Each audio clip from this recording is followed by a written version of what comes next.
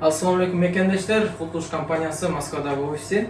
Вот, Кудай буйрса бул экинчи чыгарылыш.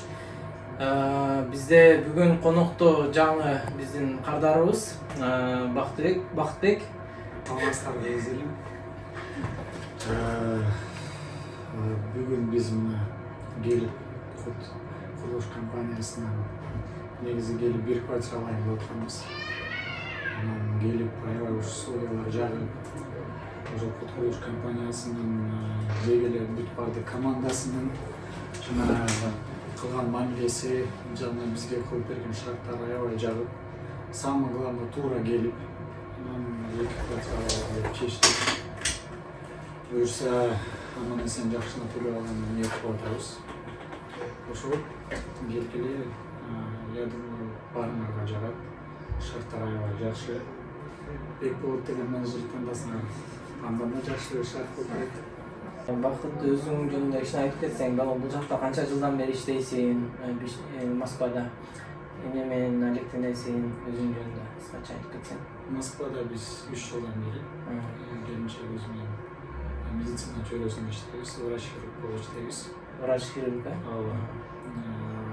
Өзүбүздүн кыргыз элине жана ушул Россия желкесинде жүргөн орустарга кызмат кылабыз. Ден соолукка кандай проблемалар начар болсо, проблемаларды сокко алышабыз.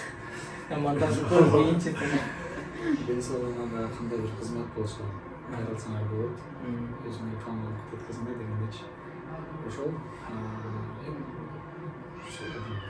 Өзүң кайякта окудуң де, медакадемияны бүткөнсүң де? Жок, өзүм Кыргызско-Российско славянский университетинин медицина факультетин аяктаганбыз, лечебный дело специализациясы.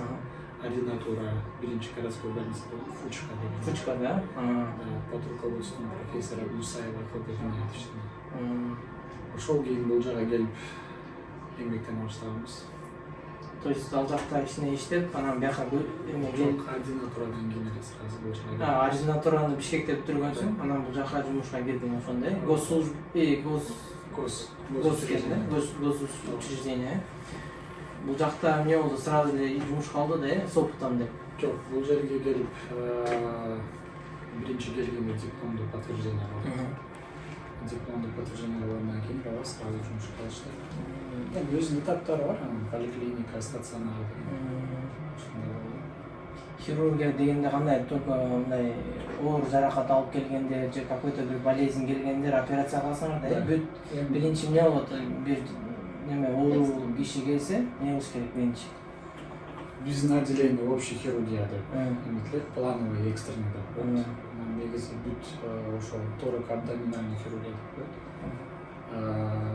Ичеги карындар жана грудная полость. Бүт ошол связанный экстренный патология, плановый патология, баардык ушул патологиялар менен келсе биз жардам беребиз. Экстренный болобу, плановый болобу, жардам беребиз. То есть биринчи жанагы жаракат алган киши же ооруган киши келсе, сразу МРТ кыласыңар, там кусуксу келген жокпу, там травма жокпу деп, гематома жокпу дегенде, анан кийин силердин оолуңарга өтөт да, туурабы, оорулуу киши. Негизи, в зависимости от патологии, мисалы бизге негизи ич ооругандар келет. Ич ооругандар, же ДТП какой-то сочетанный травма. Любой сочетанный травма деп коет, ушу башыдан, ичеги карындан, же өпкөдөн ошол патологиялар менен келгенде бизге кайрылат. В общем, сен кыргызча слабыраак. Айтыр орусча түшүнө аласыз. В общем, любая патология, связанная с брюшной полостью, это пищевод, желудок, печень, желчный пузырь, тонкий толстый кишечник, вся экстренная плановая патология, плюс грудная полость, легкие, там, плевральная полость и так далее, все бары бизге келишет. Вне зависимости это будет экстренная, вне зависимости это будет плановая. Азыр буюрса биздин отделение дагы онкология жагына лицензия алган атышат. Онкологияны деле буюрса операция кылабыз. Онкологияда то же самое. Грудная полость, брюшная полость. Все, что связано. Анан кандай силерде специалисттер иштеп, бир жыл иштеп, 2 жыл иштеп, 3 жыл иштегенден кийин бир докторантура деп повышение болот? Ну, в зависимости, кто хочет, кто хочет, может сразу ординатурадан кейін сразу аспирантураға тапсырса болады. Ординатура дегенде кандай бир немени жактап чыгыш керекпи же? Жок, ординатура деген бул 6 жылдан кийинки 2 жылдык же 3 жылдык специализация. Кайсыл чөйрөдү тандасаң, мисалы хирургия болсо, мага окшоп хирургияга кетесиң, онкология десе онкологияга кетесиң, офтальмология десе көздөрүнөн кетесиң. Допустим, жүрөк жактан десең кардиохирургия деп коет. Если именно хирургия жагын карайм десең, а если именно терапевтический жагын болсо, анда чисто кардиология. В зависимости от специализации. То есть 2 жыл иштеп берсең, практика жүзүндө ординатураны бүтүрөсүң ошондой. Ооба. Андан кийин аспирантура кетет, Да. Аспирантурада канча жыл керек? Аспирантура очный болсо 3 жыл кетишет. Аспирантура дегенде сен бир определенный бир теманы тандайсың. Допустим, что касается ичегилер менен, тонкий киши, же толстый же ошол эле жанагы аябай көп мисалы чалдыгат, аппендицит, же панкреатит, же өтө таштар менен биздин кыргыздарда келип калат. Экстренный. Ошол мисалы аппендицитти тандапсы 3 жыл ошол именно аппендицит боюнча как скажем так, научный степень жүргүзөсүң. Канчасы операция болду, канча операциядан кийин кандай осложнение болду, что сделать, чтобы осложнение болбосун, канча саатка чейин операция жасасаң осложнение болбойт, канча антибиотик вводить этиш керек, канча күн кармаш керек, нюанстары көп ошонун баарын караганда. Это все изучаешь. Анан аспирантураны 3 жылдан бүткөндөн кийин эмне болот? Кандидат меднаук аласың. Потом 5 жыл ичинде можешь просто продолжать ошол научный жагын. И через 5 лет, либо 8 лет, либо 10 лет, в зависимости от того, что кайсы врач как решит, может как докторантура меняться. Докторантура дегенде бир эле сен мисалы теманы тандап жактабайсың, сен докторантура дегенде всякий статья жазыш керек бир. Плюс сага окшогон аспирантураны өткөн болсоң, ошол аспиранттарды курировать этип, ошолорго темасын тандашып, жана ошол теманы нужно помогать распределять как-то, обосновать лучше и так далее. Азыр сен кайсы ошондо докторантураны бүтөйүн деп атасың? Жок, ординатураны. Нет, сейчас у меня жөн эле госучреждениеде как врач-хирург. Буюрса в июне будет категория. Если аспирантурада окуайм десең, можно сдать на категорию. Врач высшей категории деген бар, врач в зависимости кайсыл категорияда болсо, ошол категорияда тапшырсаң болот. Жакшы, анан пландар кандай сенде, мындай башка жака барып, үйрөнүп? Пландар негизи башка жака кетели деген пландар бар. Но бул жерде деле жакшы. Бул жерде деле мисалы өз өнүгөйүн өсөйүн десең болот. Эми бардык нерсе өзүңдөн зависит. Пока что бул жерде эле ближайшие 5 жыл. Анан негизи кайра барып өзүң эле Кыргызстанды көтөрүш керек. Кыргызстанда мисалы ал жакта биз мына окудук, ординатура өттүк. Анан бул жакта сравнивать этесиң. Есть что добавить биздин медицинага, есть что убрать дегенде ошондой моменттер бар. Эми буюрса бул жактан жакшы окуп алып, эметсек эми барып Кыргызстанга кызмат кылабыз деген ойлор бар. Жакшы. Так, биздин көрөрмандарга кызык болуш керек. Например, Москвада көпчүлүк биздин кыргыздардан кээ бирлердин регистрациясы жок, кээ бирлердин ОМСи жок, полис жок, Анан алар ооруганда көбүнчөсү либо интернеттен карап туруп эле же бирөөлөрдүн тааныштарынан сурап эмне ичишим керек деп таблетка эле ичип коебуз да. Ошондо кандай кылсак болот? Биринчи, эми регистрация документтерди жакшы тууралаш керек. Андан кийин мындай полисти кантип жасатсак болот, мындай мамлекетке кайрылып, ошо обычный эле больницага барып көрүнсөк болобу, бесплатно же болбойбу? Эгерде бул экстренный случай болсо, кайсы гана госпольницага барбасаңар, экстренный помощь вне зависимости сен полисуң барбы, жокпу, мигрантсыңбы, мигрант эмессиңби, регистрацияң барбы, жокпу, экстренный помощь первичный всегда бесплатно. Бесплатно болот, да? Эч ким сага отказ бербейт. Первичный экстренный помощь бесплатно. А эгерде плановый случай болсо, анда уже же какой-то бир мисалы осложненияден кийин как осложненный случай болбосо, это уже платно болуп калат. без полиса. Если доктор посчитает то, что это не экстренный случай, он может отказать. Вообще поликлиника экстренный случай это он исключает. Поликлинику по месту жительства. Все плановые случаи, в общем, все платно. Если полис есть, вне зависимости экстренного, планового гельзамер, помощь оказывает. Кыргызстандын жарандыгы менен деле полис алса болобу негизи бияка? Ооба.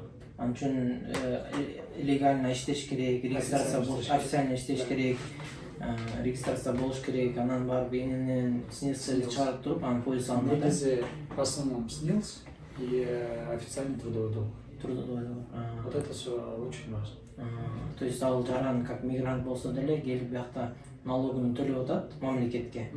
Мамлекет ошол эле мезгилде полис менен бесплатно карап бериш керек, Да, да. Если официальный трудовой договор есть, вы можете обратиться в любой страховой компанию, да, страховую компанию, они в любом случае вам выдадут.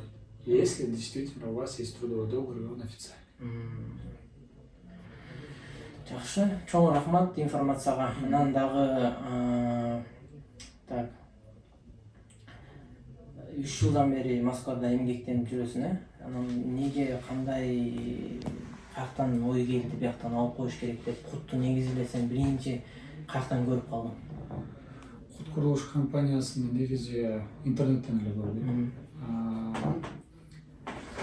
Мен негизи интернеттен көрүп жүргөм, анан директоруңуздан атын билбейт экен. Жомарт Сулайман. Ошол байкенин интервьюсу эсимде бар да. Биринчи келгенде кантип баштаганда аэропорт жакта биздин Манас аэропорт жакында Калпакчан деген иши кылып асманда эле мындай жатып эле ошондо бир кантип жүргөм деген айткан да. Ну я потом это интервью видел, когда он уже достиг, когда он уже представительный кут курулуш компаниясы обосноваться этип көп нерселерди салып уже эткенде он уже давал это интервью. И когда человек простой, и у него вот сохраняется бесчеловеческий фактор, значит, этому человеку можно верить, и этот человек обычно достигает нового дегенде. Негизи айылдан алам жол башлап деле. Ушундай да, негизи айылдан келген балдар өзүнүн негизи көп нерсеге жетишет. Эмгекчил болот, да? И все зависит от того, что как себя поставишь тоже. А так ошону көргөнбүз, ошондон кийин эле ушундай директор болсо, и значит ушинтип баштаган, значит, и сейчас он ушул нерсеге жетишкен, значит дальше деле кут курулуш компаниясына жакшына болот деп ойлоп ошо келгенбиз. Это биринчи момент. Экинчи момент, аябай шарттары туура келет. Негизи хочу вот выделить аябай мисалы мындай средний уровень жашап жүргөн элдерге аябай туура келет деп. Мисалы негизи $300 менен деле эч кайсы строительный компания үй бербейт деп ойлойм мен. Көп эле мисалы интернеттен өзүңөр деле көрүп атсаңар керек. Мисалы үйөрмандар ушул видеону көрүп аткан эл көп эле биринчи келип $300 берип эле квартира алдым деп атат. Анан карасаңар бардыгы эле жанагы жөнөкөй эле өзүнүн эле кыргыздар да. Ошон үчүн Кудайым насип этсе кут курулуш компаниясы ушундай дальше өнүгүп өссүн.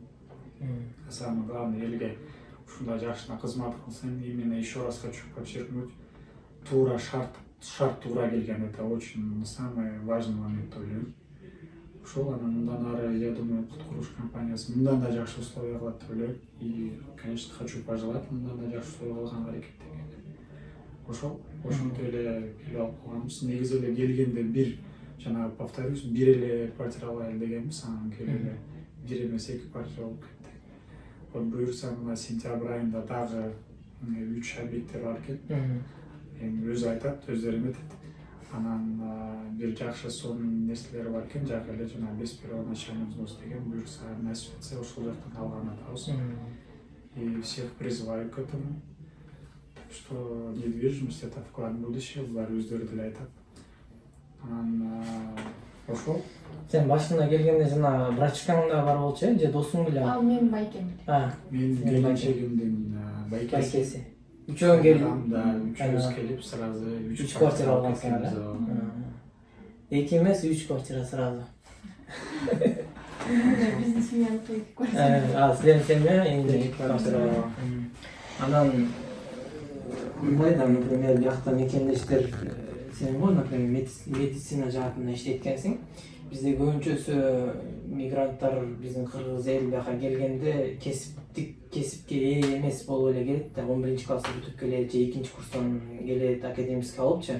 Бияка келгенде колунан көп нерсе келбейт, аны үйрөнүш керек. Аны үйрөнүп эптеп кара жумуш болобу, стройка болобу, же курьер болуп иштейби, таксист болуп иштейби, айтор ошол жерден акча табат, 100 000, 150 000, напримерчи.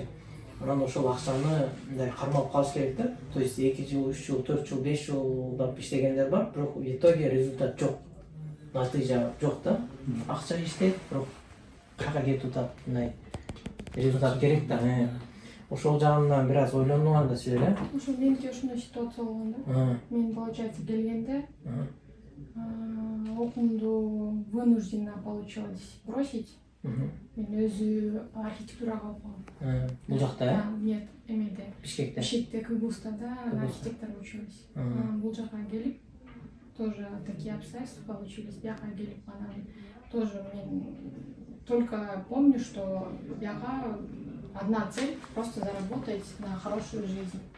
Бияка келгенден кийин менде никакой, получается, кесибим жок эле да. Официант болуп иштейм деген ой менен келгем. Анан кийин жакшы ресторандарга мен, получается, там хороший русский должен быть в первую очередь. И в основном хорошие рестораны берут, ну, как бы славян, да, русскоязычных, и плюс на твой, как бы, национальность тоже не имеет значения, да. И меня не взяли. 2 раза отказали, получается, и мне предложили, ну, мои знакомые устроиться в этот KFC, Burger King. Мен вообще мындай бутум тартпады да ошол жака, эч баргым келген жок. Я говорю, я не хочу деп. Я помню, я 2 месяца не работала. Анан кийин ушул кыздардан билип калдым, на ногтевой сервиске окудум, тырмак жасадым. Окуй эле, получается, через месяц тоже стажировалась, ходила, нарабатывала руку. И ошентип орустардын эмесине, салонуна жумушка кирдим. Получается, 2 жыл ушинтип иштеп. Тоже, мындай, каяка кеткенин билбейсиң да, вроде хорошие деньги зарабатываешь. Это все же индустрия красоты вообще очень развита на самом деле. Анан ошондой жакшы акча табасың, в итоге не понимаешь, да, куда все это уходит. Тогда еще как бы условия были другие. Ошентип анан көрүп калдым, мен күйөнгөн угуп калдым. Давай посмотрим этот проектин көрөлү деди, старт продаж скоро деп. Экөөбүз көрүп, ну, я вообще не планировала. Эми жөн эле барып келели, аябай ажиотаж болуп кетти го. Келгенде мен байкемди алдым, давай пойдем. А он сам тоже, получается, на строительную компанию работал. Он инженер-энергетик. Турецкая компания иштейт бул жакта. Тоже он больше меня зарабатывает, но в то же время не видит, куда он тратит эти деньги. Бас, мен чогорып кел, үчөөбүз баралы деп, в итоге мы втроем, получается, пришли. Келип на месте мен, получается, сразу однокомнатную квартиру оформляли на меня. Потом рядом у меня, помню, примерно 100 000 акча бар эле. Ошо аз да болсо первоначально взнос кылып коелу деп. Скидка кылып берген жакшы, 100 000. Анан байкем. Он думал, блин, он пришел только, ну, как группа поддержки, да, жөлү көрөйүн, не кандай болот деп эле. Ал кийин келип оформлой кылган, по-моему, э? Нет, да, он, получается, чуть позже. И күйөөм да айтып калды да.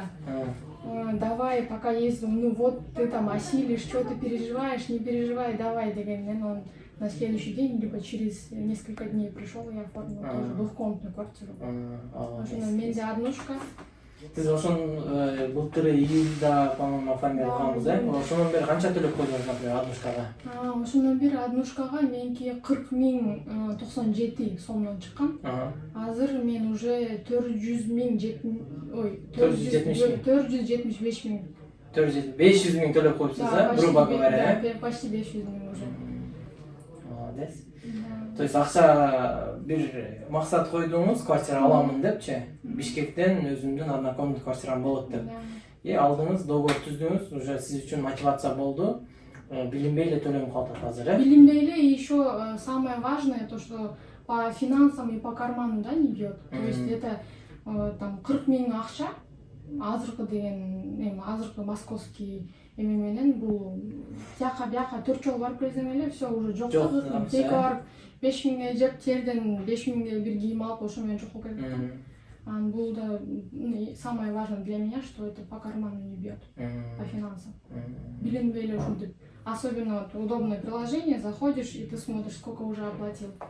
Органда и туризм антылы сүйүп турасың. Куттун приложениясынан көрүп турасыз, канча төлөндү, канча оплачено болду, уведомление келип турат, төлөңүз андай мындай деп. Төлөнгөн уведомление, получается, мен приложенияга кирем, эме болот да, получается. И вот мне нравится еще то, что ты оплачиваешь, ну, допустим, у меня вот по 40 тысяч выплата, я оплачиваю там 50 тысяч, и там сразу на второй месяц Переплата где-то да, и ты тоже можешь это как бы фиксировать, да, видеть, и сколько там тебе осталось платить. Бакыт, сен канча төлөп койдуң ошонун бери? Сеники трешка, по-моему, адрушка эмес. Сеники чоңураак. Биздики деле бир 500 тегел болуп калыш. 500 000, Да. Бул жерде еще дагы айтып кете турган нерсе, бэкплот менеджерди тандасаңар аябай жакшы условия болуп берет. Бизде бир аз ушундай маселелер болуп, 6 айбы, 7 айбы бир аз азыраак взнос кылып бергенге условия түзүп берген болот. Ошондо условия менен бэкплот түзүп берген айынан дагы как бы положительный жак болуп калып калдым да. Ошон үчүн это еще раз говорит о том, что келгиле, алгыла, просто надо делать ошол эле. Ойлонуштун кереги жок. Хоть дворда иштейсиңерби, там таксиде иштейсиңерби, же башкада иштейсиңерби, все равно келип ала берген. Эми 30 000, 40 000 айына смело эле төлөп койсоңор болот деп ойлойм.